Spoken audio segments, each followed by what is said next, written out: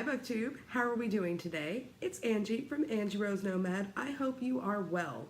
I actually have a long-awaited video for you guys, and it is my anticipated 5-star reads for 2019. I have quite a few books here. They are in no particular order, so let's get started with the video. The first book that I have to share with you guys is called 1921. This is by Morgan Llewellyn, and this follows the Civil War in Ireland. And then I also have to go with that 1949 by the same author. And this actually follows the story of a girl named Ursula and how after the Civil War has ended, women are basically second-class citizens in Ireland. Once they get married, they cannot hold a job, and divorce is considered illegal. And this girl wants to fight back against the state. I believe she finds herself a job, yes, in the Irish radio service. And so it's all about her story, and there is also going to be a love triangle. I cannot wait to read either one of those books. They have been sitting on my shelf for quite some time now. And let's get on to with the next one. The next one I have to show you guys is Babette's Feast and Other Stories. This featured in another video that I had, and mainly I got it because I wanted to read Babette's Feast. I heard about it on the podcast, What Should I Read Next? And it sounded phenomenal. This lady goes to Norway, and she is working for the village. I guess she's their cook or something along those lines. They're very, very puritanical, and she is not from this community at all. But I think she wins the lottery and then decides to make this grand feast for them. No one really knows what her motivation is behind it, but it sounded fantastic. So I thought I would pick that one up. The next book is a book that has featured in my tomes that I want to read in 2019. It is also a TV show, so I'm not going to go into much detail about it, but it is A Discovery of Witches by Deborah Harkness. This is the first book in the Times Convert series, I think it's called, and it follows a witch as she is trying to figure out the secret to this ancient text known as Ashmole 782. She's joined by a vampire, and it's all about their relationship as well as their adventure. So that is ticking off 2 boxes for me. The next book I have here is Enduring Love by Ian McEwan. I really like Ian McEwan, and I've heard great things about this book, but it's kind of the generic, oh, this is such a great book, you have to read it. So I'm just going to read the back really quickly. And it says, one windy spring day, Joe Rose's calm, organized life is shattered by a ballooning accident. The afternoon could have ended in mere tragedy, but for his brief meeting with Jed Perry.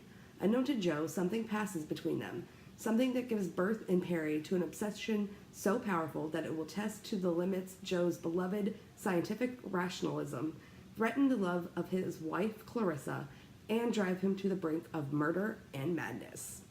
So I cannot wait to check this book out. So next up I have Orphan Monster Spy. This is by Matt Colleen, and this is set in 1939 and follows the story of a girl named Sarah. Sarah is 15 years old when she sees her mother murdered at this checkpoint. Now Sarah's a Jewish girl, so she's trying to get away from the Nazis that want to put her in camps, and she's on the run, but then she's approached by a mysterious stranger that wants her to infiltrate a Nazi boarding school where the Nazis send their daughters. And her task is to befriend a high-ranking Nazi scientist's daughter in order to get these blueprints out of her that can help prevent a bomb from being detonated. It just sounded fantastic. And anything about World War II, I am so there. The next book I have to show you has been made into a TV show that featured on TNT, I believe, here in America, and it is called The Alienist. This is by Caleb Carr. This just looked great. It's set in 1896, and it follows a psychologist as he's trying to solve this string of murders or a brutal murder, and I think the killer is going to strike again. It says on the back that it takes place in Gilded Age Manhattan with corrupt cops and flamboyant gangsters. And so I think this is our main character that we're following, the psychologist, and these are his 2 assistants. Looks fantastic. I have yet to watch the TV show, but I really, really want to.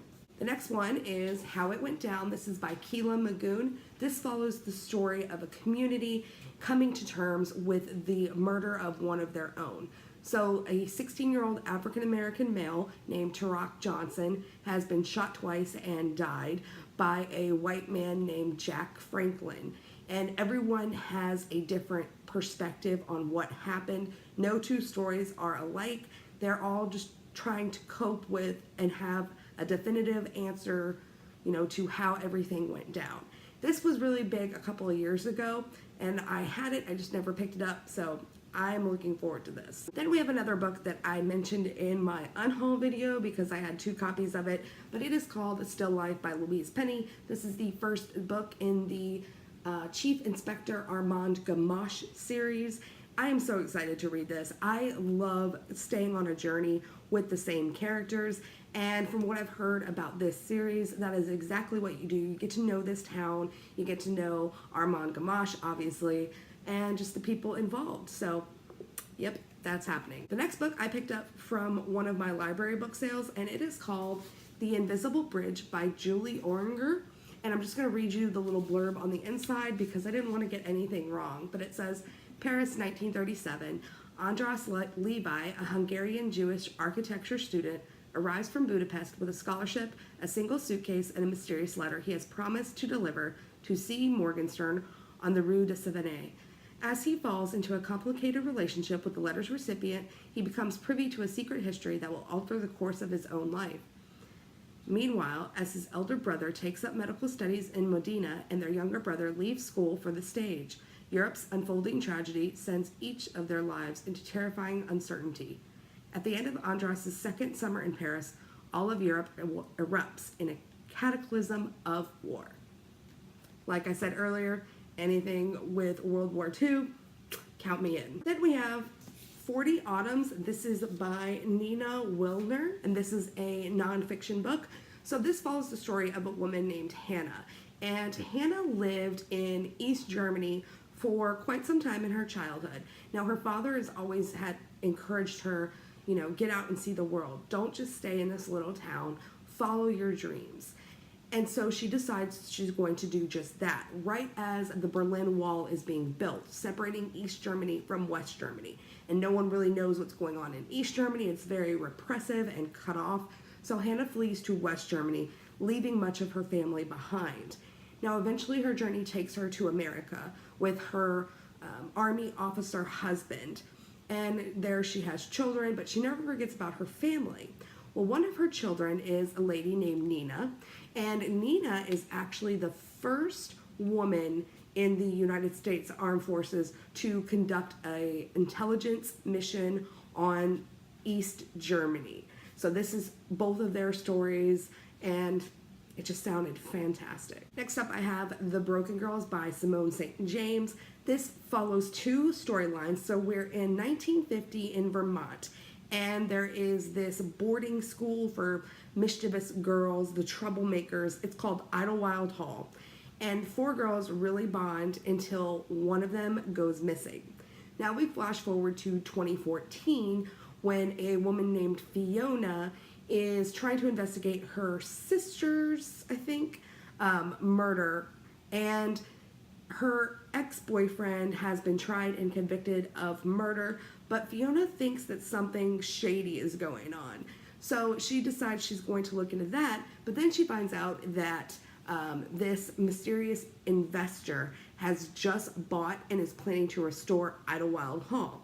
And now Idlewild Hall was where her sister's body was found, on the grounds. And so she's, writing an article on all that's going on the restoration, on random mysteries that come up. It just sounds brilliant. And I've heard nothing but good things about this book. Next, we have another thriller. It is called The Party. This is by Lisa Hall. This follows the story of a woman named Rachel who attends this neighbor's party one night. And when she wakes up the next morning, she has no recollections of what happened, but she does notice that her arms are covered in bruises and that her husband left her at this party. So this is her search of trying to figure out what happened. Everyone in attendance has their own piece to the puzzle. They're all trying to hide something, and Rachel has to figure out what happened to her and try and get that piece of her memory back. Next up, we have a book that is inspired by true events, and it is called The Girl Who Came Home by Hazel Gaynor. And this follows the story of a girl named Maggie in 1912. So Maggie is setting off on this new adventure to an unknown land. She is originally from Ireland, and she is actually setting sail aboard the Titanic to start a new life in America. But she is leaving behind her childhood sweetheart, a man named Seamus, and so she's very sad about that. Now, obviously, that fateful night, the Titanic has hit an iceberg, and Maggie is one of the only passengers in steerage to survive. She wakes up in a hospital in New York, and her story goes on from there. So then we go to Chicago in 1982, when we follow the story of a girl named Grace. And Grace's great-grandmother is Maggie, and Maggie shares this really painful secret about the Titanic. So they go on an adventure together, and it leads Grace and Maggie to, a whole new direction and to rediscovering people that they thought they've lost. So the next book I have to share is another nonfiction book, and that is Cry, the Beloved Country by Alan Paton. This follows the story of a Zulu pastor named Stephen Kumalo and his son Absalom. And Stephen is living through apartheid in, I'm guessing, South Africa. But basically, this is the story of an African man struggling under a white man's regime. And apartheid was really bad times in South African history. And I want to read more about it, so I can't wait to get into this book. So the next book is another nonfiction, and it is The Nazi Officer's Wife. This is by Edith Hahn Beer. And Edith was a Jewish girl in Vienna, and they forced her into a ghetto where she was struggling to survive, like everyone in these horrible, horrible conditions were, when she meets this Nazi officer named Werner Vetter. And she tells him the truth that she is Jewish, but he decides he's going to protect her identity. And so this is just their story, how her life went, and the humanity of people when they're trying to do good by other people, if that makes sense. I was gripped by the description on the back of this book. Next up, we have Wicked Girls by Alex Marwood. So, two 11-year-old girls meet for the very first time, and that same day, they are charged with murder. So we flash forward 25 years, and this journalist named Christy Lindsay is working on a series of attacks against female tourists in a vacation town when her investigation leads her to a carnival. And while she's at this carnival, she runs into Amber Gordon, who is a carnival cleaner. And for Amber and Lindsay, it is the first time that they're meeting in 25 years. And they are trying to protect this really dark secret because they are the two girls that were charged with murder, I'm assuming. Sounds fantastic. Love a good thriller. Let's go. The next one should really be featured in the arcs that I need to read in 2019 video, but I'm predicting it to be a 5-star review, and that is The Women in the Castle. This is by Jessica Shattuck. On the back, all I know is that it says that it's about these women trying to rebuild their lives after the war, and it's heart-wrenching but hopeful. Next, I have Reconstructing Amelia. This is by Kimberly McCreet. So this story follows a woman named Kate. Now, Kate has just been notified by her daughter's school that Amelia has been caught cheating. So she's going to go down to this school, but by the time she gets there, the school has a whole different story to tell her. They say that Amelia was so despondent after she got caught cheating that she jumped from the roof. And Kate believes them, but she gets a text that kind of changes her mind. You see, it says, Amelia didn't jump. So this is about Kate's journey in going through Amelia's emails, text messages, and Facebook posts, trying to reconstruct the pieces of her daughter's life. So the next 3 books I'm going to fly through because I feel like everyone knows all about them already. So first up is Americana by Chimamanda Ngozi Adichie. Told you guys I'm not good with names. And then Beartown by Frederick Bachman. This is the same author that wrote A Man Called Uva, and I have that on my shelf as well. Still have to read it, but I decided to go with a community-driven book over an individual book, just because I kind of like the community feel more, and both of them sounded great, but I just picked this one. And the last of the three is The Book Thief by Marcus Zusak. This is about World War II, narrated by Death. Sounds great. I have tried to pick it up, but you know, it just hasn't gotten read. Like, this has been my vacation book for the last 2 vacations I've taken, and I still haven't read it because I was reading other things. But we're making it happen in 2019. You heard it here first, guys. Next, I have another book for my book haul, and that is Normal People by Sally Rooney, about a relationship between these 2 individuals. Sounds beautiful and brilliant. So we have 2 more thrillers. The first one is A Stranger in the House by Sherry Lapina. You guys, this has been sitting on my wait list at the library on the Overdrive app for months. I think I requested it back in July or August, and I was going through my shelves recently and found this. And I thought to myself, why do I have this requested? So yeah, this sounds fantastic. This is about a woman that gets a phone call, and so she rushes to a neighborhood that she thought she'd never visit. And then she remembers nothing after that. And her husband has been told that she's been in an accident and that the police think she was up to no good, but her husband doesn't believe it and her friend isn't so sure either. And then she gets back to her house, I'm assuming, and figures out that something has been moved in her house. So someone has been in her house, but for what purpose? We have to read to find out. The last thriller of my 5-star predictions is called The Perfect Stranger by Megan Miranda. So this book says everyone in this town has something to hide. When Leah Stevens' career implodes, a chance meeting with her old friend Emmy Gray offers her the perfect opportunity to start over. Emmy, just out of a bad relationship, convinces Leah to come with her in rural Pennsylvania, where there are teaching positions available and no one knows Leah's past, or Emmy's. When the town sees a spate of vicious crimes and Emmy Gray disappears, Leah begins to realize how very little she knows about her friend and roommate. Unable to find friends, family, a paper trail, or a digital footprint, the police question if Emmy Gray existed at all and mark Leah as a prime suspect. Bam. Sounds brilliant. The last 5-star prediction that I have is another book that I got from the library, and that is The River of No Return. This is by B. Ridgway. I'm going to have to read this one to you guys because I just cannot remember it right now. I've had several other books that I have been keeping up here, and this one just slips out of my mind every time. So it says, 200 years after he was about to die on a Napoleonic battlefield, Lord Nicholas Falcott wakes up in a hospital bed in 21st century London. All right, with you so far. The Guild, a secretive fraternity of time travelers, helps him make a new life in the modern world. They tell him that there is no return, but Nick yearns for home, and for one beautiful woman in particular, now lost to history.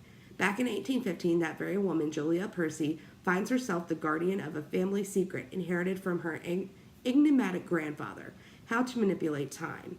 But there are those who seek to possess Julia's power, and she begins to realize she is in the gravest peril. The Guild's rules are made to be broken, and Nick discovers how to travel back to the 19th century in his ancestral home.